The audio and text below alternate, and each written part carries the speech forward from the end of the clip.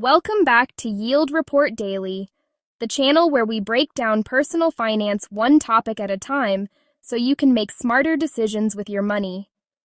Today we are talking about cashback apps, and specifically, which ones are actually worth your time in 2026.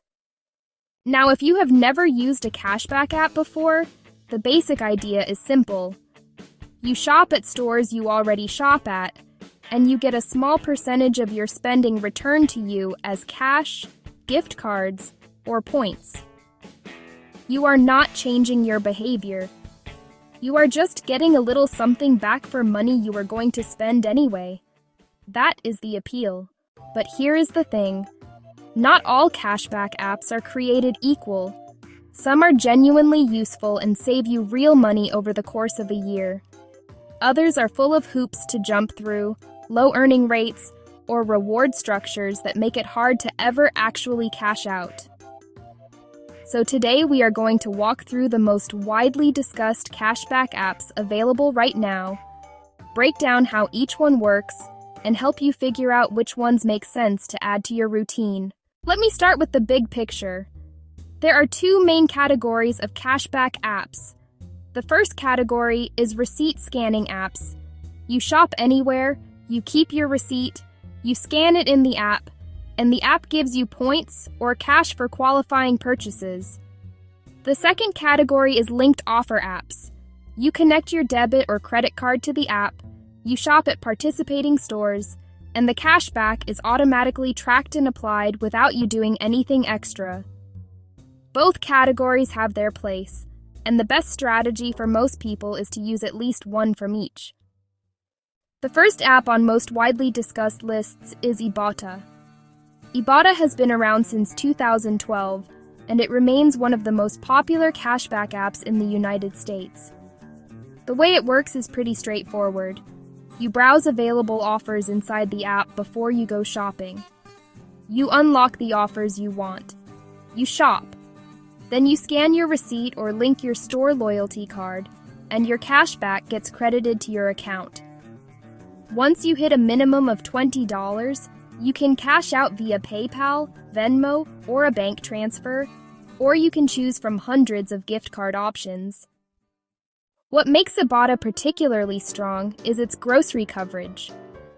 The offers span pretty much every major grocery chain in the country, including Walmart, Kroger, Aldi, and many others.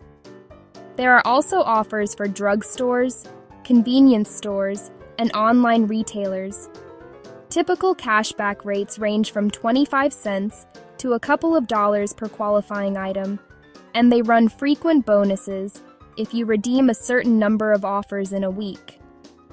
Over the course of a year, regular Ibotta users report earning anywhere from $100 to several $100s, depending on how frequently they shop and how strategically they use the offers. One thing to be aware of with Ibotta is that the offers are brand specific. You might get 50 cents back on a specific brand of yogurt, but nothing back on the store brand sitting right next to it. So it nudges you towards certain products. That is worth keeping in mind if you have a strong preference for buying generic or store brand items. The second app worth knowing well is Fetch Rewards. Fetch takes a simpler approach. You scan any grocery receipt from almost any store, and you earn points for every dollar you spend, plus bonus points for purchasing featured brands. There is no pre-selecting offers. You just scan and earn. The points are then redeemable for gift cards. The earning rate on Fetch is not as high as Ibotta on a per-item basis, but the simplicity is a real advantage. If you are someone who does not want to browse offers before every shopping trip, Fetch removes that friction entirely. It also covers a wider range of receipt types, including restaurant receipts in some cases, which adds a bit more flexibility. The third widely discussed app is Rakuten. If Ibotta and Fetch are mainly for in-store grocery shopping, Rakuten is king for online shopping. Rakuten works by giving you cash back when you shop through its portal or use its browser extension. You go to Rakuten, find the store you want to shop at, click through, and whatever you buy earns a percentage of cashback. Rates vary by store and by season, but it is common to see anywhere from 1% to 15% cashback at popular retailers during promotions. The third widely discussed app is Rakuten. If Ibotta and Fetch are mainly for in-store grocery shopping, Rakuten is king for online shopping. Rakuten covers an enormous number of online retailers, including major department stores, clothing retailers, travel booking sites, electronics shops, and many others. Cashback is paid out quarterly via PayPal or check. For people who do a significant amount of online shopping, Rakuten is one of the most straightforward ways to consistently earn back a meaningful percentage of that spend. The fourth app that comes up frequently in personal finance conversations is Dosh. Dosh is a linked card app, which means you connect your debit or credit card, and cashback is applied automatically when you shop or dine at participating businesses. There is no scanning, no clicking through portals, no activating offers. You just pay normally, and the cashback lands in your Dosh wallet. Dosh is particularly well known for its hotel cashback program. If you book a stay at a participating hotel through the Dosh app or a partner booking platform, you can earn a meaningful percentage back. For frequent travelers, this alone can add up to a significant sum over a year. The restaurant and retail side of Dosh tends to be more limited depending on your location, but the hotel benefit consistently gets high marks. The fifth app worth including is Upside, formerly known as Get Upside. Upside focuses specifically on fuel, grocery stores, and restaurants. You open the app, find a participating location near you, claim an offer, fill up or shop, and upload your receipt.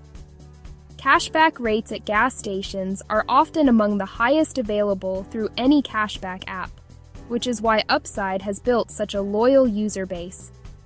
If you drive regularly and fill up your tank at least once a week, Upside alone can put a noticeable dent in your monthly fuel expenses. Now here is the important strategic point. The biggest mistake people make with cashback apps is thinking they have to pick one and use only that one. The more effective approach that most personal finance educators point to is stacking.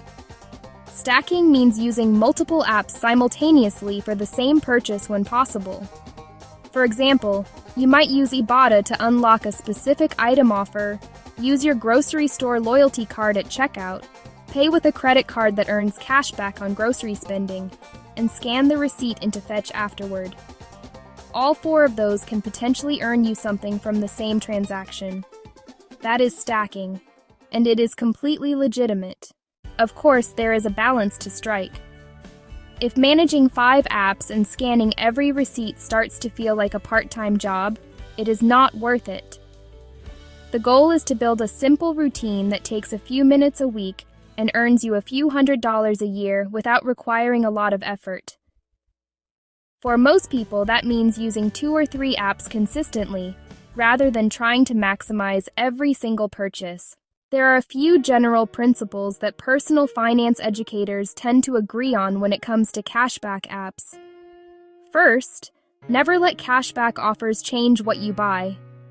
If you are buying a product you would not otherwise buy, just because there is a cashback offer on it, you are spending more than you are earning.